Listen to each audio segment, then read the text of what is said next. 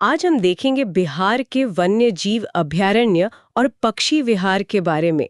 इतनी गहराई से पढ़ेंगे कि आप ऐसे कहीं भी नहीं पढ़े होंगे। चलिए शुरू करते हैं। तो चलिए सबसे खास जगह से ही शुरू करते हैं, बिहार का इकलौता राष्ट्रीय उद्यान वाल्मीकि नगर। जी, वाल्मीकि नगर राष्ट्रीय उद्यान जो पश्चिमी चंपारण जिले में है, ये बिहार का गौरव है क्योंकि ये न सिर्फ राज्य का एकमात्र नेशनल पार्क है, बल्कि एकमात्र टाइगर रिजर्व भी है। इसकी कहानी 1978 से शुरू होती है, जब इसे एक वन्यजीव अभयारण्य के तौर पर स्थापित किया गया था। मतलब इसकी शुरुआत एक अभयारण्य के तौर पर हुई, फिर इसे नेशनल पार्क और टाइगर रिजर्व का दर्जा कब मिला? ये अपग्रेड क्यों जरूरी था? बहुत अच्छा सवाल है। समय के साथ सरकार को यहाँ के इकोसिस्टम और खासकर बाघों की आबादी के महत्व का एहसास हुआ। इसलिए 1990 में इसे राष्ट्रीय उद्यान और टाइगर रिजर्व दोनों का दर्जा दे दिया गया और फिर 11 मार्च 1994 को इसे आधिकारिक तौर पर प्रोजेक्ट टाइगर का हिस्सा बनाया गया। ये बाघों यानी पैंथेरा टाइग्रिस के संरक्षण की दिशा में एक बहुत बड़ा कदम था। यहाँ से एक और सवाल बनता है, जब वाल्मीकि नगर पहले से ही टाइगर रिजर्व है, तो मैंने सुना है कि बिहार में एक और टाइगर रिजर्व बनाने की बात चल रही है। ये कहाँ और क्यों हो रहा है? आप बिल्कुल सही कह रही हैं। ये बिहार के संरक्षण प्रयासों की एक बहुत बड़ी और ताज़ा खबर है। बात हो रही है कैमूर वन्यजीव अभयारण्य की। ये कैमूर जिले में है और इसकी स्थापना 1979 में हुई थी। क्षेत्रफल के हिसाब से ये बिहार का सबसे बड़ा वन्यजीव अभयारण्य है। और अब इसे टाइगर रिजर्व बनाया जा रहा है। जी, अच्छी खबर यह है कि इसे बिहार का दूसरा टाइगर रिजर्व बनाने के लिए राष्ट्रीय बाघ संरक्षण प्राधिकरण यानी एनटीसीए से हरी झंडी मिल गई है। अच्छा, एनटीसीए से? हाँ, ये एक बहुत बड़ी बात है क्योंकि एनटीसीए ही भारत में बाघों के संरक्षण की सबसे बड़ी संस्था है। इसकी मंजूरी का मतलब है कि अब यहाँ बाघों के संरक्षण के लिए केंद्रीय स्तर पर फंड और विशेषज्ञता मिलेगी। ये तो सच में बहुत महत्वपूर्ण है। कैमूर की भौगोलिक स्थिति में भी कुछ खास है ना? मैंने सोन नदी का जिक्र सुना है ना? और दूसरी तरफ नदी, ये बाघों के लिए एक बेहतरीन कॉरिडोर बनाता है। वाल्मीकि के बाद कैमूर में एक नया घर तैयार होने से बिहार में बाघों का भविष्य और सुरक्षित होगा। तो बाघों के दो बड़े घर, वाल्मीकि और अब कैमूर। लेकिन बिहार में और भी कई अनोखी जगहें हैं, जैसे मुंगेर का भीम बांध, जो अपने जानवरों से ज्यादा किसी और चीज के लिए मशहूर है। हाँ, भीमबांध वन्यजीव अभयारण्य, जिसकी स्थापना 1976 में हुई थी, अपनी जैव विविधता के लिए तो जाना ही जाता है, लेकिन इसकी असली पहचान है यहाँ के गर्म पानी के झरने। गर्म पानी के झरने? जी, सीताकुंड और ऋषिकुंड जैसे झरने यहाँ की जमीन से निकलते हैं। ये एक अनोखी भूवैज्ञानिक घटना है जो इस जगह को सबसे अलग बनाती है। एक मिनट, तेंदुआ, भालू और मगरमच्छ, ये तीनों बड़े शिकारी एक ही जगह पर। ये तो बड़ा दिलचस्प संतुलन होगा। क्या इनके बीच कोई संघर्ष देखने को मिलता है? प्रकृति का संतुलन बहुत कमाल का होता है। यहाँ तेंदुआ, भालू, जंगली सुअर और मगरमच्छ जैसे जीव एक ही इकोसिस्टम में रहते हैं। गर्म पानी के स्रोत और घने जंगल इन सभी को अपनी अपनी जगह देते हैं, जिससे सीधे टकराव की नौबत कम आती है। चलिए, गर्म झरनों से निकलकर अब हम उस जगह चलते हैं जो इतिहास और अध्यात्म के लिए जानी जाती है, राजगीर। वहाँ पंत वन्यजीव अभयारण्य है। जी, राजगीर नालंदा में स्थित पंत वन्यजीव अभयारण्य की स्थापना 1978 में हुई थी। ये राजगीर की 5 पहाड़ियों के बीच घिरा हुआ है और इसका ऐतिहासिक महत्व भी है। यहाँ भेड़, भालू, बंदर जैसे जानवर आसानी से दिख जाते हैं। और गया का गौतम बुद्ध वन्यजीव अभयारण्य, इसका नाम ही इसके सांस्कृतिक जुड़ाव को बताता है। सही कहा आपने। 1976 में स्थापित ये अभयारण्य न सिर्फ तेंदुआ, चीता, सांभर और हिरण जैसे जानवरों का घर है, बल्कि यह बौद्ध सर्किट का भी एक अहम हिस्सा है। इसकी एक और खास बात यह है कि इसका विस्तार बिहार से लेकर पड़ोसी राज्य झारखंड तक है। ओहो! जी, ये एक ट्रांस बाउंड्री संरक्षित क्षेत्र है। अब वापस पश्चिमी चंपारण की ओर चलते हैं, जहां उदयपुर वन्यजीव अभयारण्य है।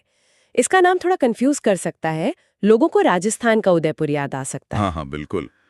लेकिन ये बिहार के पश्चिमी चंपारण में है। 1978 में स्थापित इस अभयारण्य के अंदर उदयपुर झील है, जो एक बहुत महत्वपूर्ण वेटलैंड है।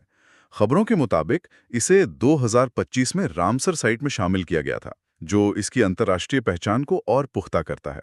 और नवादा के रजौली अभयारण्य का जिक्र आते ही मुझे तो भालू याद आते हैं। मैंने कहीं पढ़ा था कि ये इलाका स्लॉथ बेयर के लिए एक जरूरी कॉरिडोर है। बिल्कुल सही। रजौली वन्यजीव अभयारण्य खासकर भालुओं का एक अहम ठिकाना है। लेकिन कई लोग ये नहीं जानते कि यहाँ लक्कड़बग्घे भी अच्छी संख्या में हैं, जो इस इकोसिस्टम के स्वास्थ्य का एक बड़ा संकेत है। अच्छा। जी, यहाँ सांभर भी पाए जाते। और इस लिस्ट के आखिर में पटना का संजय गांधी जैविक उद्यान। हम सब इसे पटना जू के नाम से जानते हैं, लेकिन ये सिर्फ एक चिड़ियाघर तो नहीं है। बिल्कुल नहीं। 1969 में बना ये उद्यान संरक्षण का एक बहुत बड़ा केंद्र है। इसकी सबसे बड़ी और विश्व प्रसिद्ध उपलब्धि है गैंडों का संरक्षण। यह जानना बहुत दिलचस्प है कि पटना जू एशिया का सबसे बड़ा और दुनिया का दूसरा सबसे बड़ा गैंडा प्रजनन केंद्र है। क्या बात है, मतलब पटना जू सिर्फ बच्चों के घूमने की जगह नहीं, बल्कि गैंडों का एक तरह से ग्लोबल मैटरनिटी हॉस्पिटल है। ये तो हम में से ज्यादातर लोगों को पता ही नहीं होगा। यही इसकी खासियत है। यह दिखाता है कि बिहार संरक्षण के काम में कितनी महत्वपूर्ण भूमिका निभा रहा है। जमीन पर रहने वाले जानवरों की दुनिया से निकलकर अब आसमान की ओर देखते हैं। बिहार के पक्षी विहार भी कुछ कम दिलचस्प नहीं है। निश्चित रूप से। और यहाँ भी बिहार के पास कई अंतर्राष्ट्रीय स्तर की उपलब्धियां हैं। शुरुआत करते हैं वैशाली के बरेला झील से, जिसका पूरा नाम है सलीम अली जुब्बा साहनी पक्षी वन्यजीव अभयारण्य। नाम काफी लंबा है। हाँ, भारत के महान पक्षी विज्ञानी सलीम अली और स्वतंत्रता सेनानी जुब्बा साहनी दोनों के नाम पर है। 1997 में स्थापित इस जगह पर कोयल, गौरैया जैसे स्थानीय पक्षियों के साथ साथ हजारों प्रवासी पक्षी भी आते हैं। और दरभंगा का कुशेश्वर स्थान, मैंने सुना है वहाँ कुछ खास मेहमान आते हैं। जी, 1994 में बना कुशेश्वर स्थान पक्षी अभयारण्य उत्तरी बिहार का सबसे बड़ा पक्षी विहार है। इसकी सबसे बड़ी पहचान है अक्टूबर में हजारों किलोमीटर दूर साइबेरिया से आने वाले साइबेरियन क्रेन। Siberian crane? हाँ, यह दृश्य अद्भुत होता है और पक्षी प्रेमियों के लिए किसी त्योहार से कम नहीं। अब जमुई की बात करते हैं, जो हाल ही में बहुत चर्चा में रहा है। वहाँ एक नहीं बल्कि 2 पक्षी विहार है ना, नागी डैम और नकटी डैम। हाँ, और दोनों ही 1987 में स्थापित हुए थे। ये हाल में इसलिए चर्चा में आए क्योंकि 2024 में इन दोनों को एक साथ रामसर साइट का दर्जा दिया गया है। दोनों को एक साथ? जी, एक ही जिले के 2 स्थलों को एक साथ ही अंतर्राष्ट्रीय मान्यता मिलना बिहार के लिए एक बहुत बड़ी उपलब्धि है। यहाँ पर मैं श्रोताओं के लिए ये साफ करना चाहूंगी कि रामसर साइट का क्या मतलब है, ये दर्जा क्यों महत्वपूर्ण है? बहुत जरूरी सवाल है। रामसर साइट एक अंतर्राष्ट्रीय दर्जा है जो दुनिया की महत्वपूर्ण वेटलैंड्स यानी नम भूमियों को दिया जाता है। ये दर्जा ईरान के रामसर शहर में हुए एक समझौते के तहत दिया जाता है। किसी जगह को रामसर साइट घोषित करने का मतलब है कि उसके संरक्षण और समझदारी से उपयोग के लिए अंतर्राष्ट्रीय स्तर पर ध्यान दिया जाएगा। ये उस जगह के इकोसिस्टम को बचाने की एक वैश्विक गारंटी की तरह है। बहुत अच्छे से समझाया आपने। अब कटिहार के गोगाबिल पक्षी अभयारण्य पर आते हैं। इसकी भी अपनी कुछ खास पहचान है। अथा जो बर्ड लाइफ इंटरनेशनल संस्था देती है, IBA। जी। दूसरी और सबसे खास बात यह है कि ये बिहार का पहला कम्युनिटी रिजर्व यानी सामुदायिक आरक्षित क्षेत्र है। कम्युनिटी रिजर्व ये क्या होता है? ये सामान्य अभयारण्य से कैसे अलग है? इसका मतलब है कि इसके संरक्षण की जिम्मेदारी सिर्फ सरकार की नहीं, बल्कि वहां रहने वाले स्थानीय समुदायों की भी है। वे संरक्षण के फैसलों में भागीदार होते हैं। ये संरक्षण का एक ज्यादा लोकतांत्रिक और टिकाऊ मॉडल माना जाता है, जहां लोग अपने पर्यावरण के रक्षक खुद बनते हैं। और तीसरी खबर ये है कि इसे नवंबर 2025 में रामसर साइट में शामिल किया गया है। और अब उस झील की बात करते हैं जो बिहार की पहली रामसर साइट बनी, बेगूसराय की कावड़ झील। ये क्या होती है? ये बहुत दिलचस्प है। गोखुर झीलें तब बनती हैं जब कोई नदी अपना रास्ता बदल लेती है और उसका कोई घुमावदार हिस्सा मुख्य धारा से कटकर एक अलग झील के रूप में रह जाता है। अच्छा। इसका आकार गाय के खुर जैसा होता है, इसलिए इसे गोखुर कहते हैं। कावड़ झील बूढ़ी गंडक नदी का ऐसा ही छोड़ा हुआ हिस्सा है।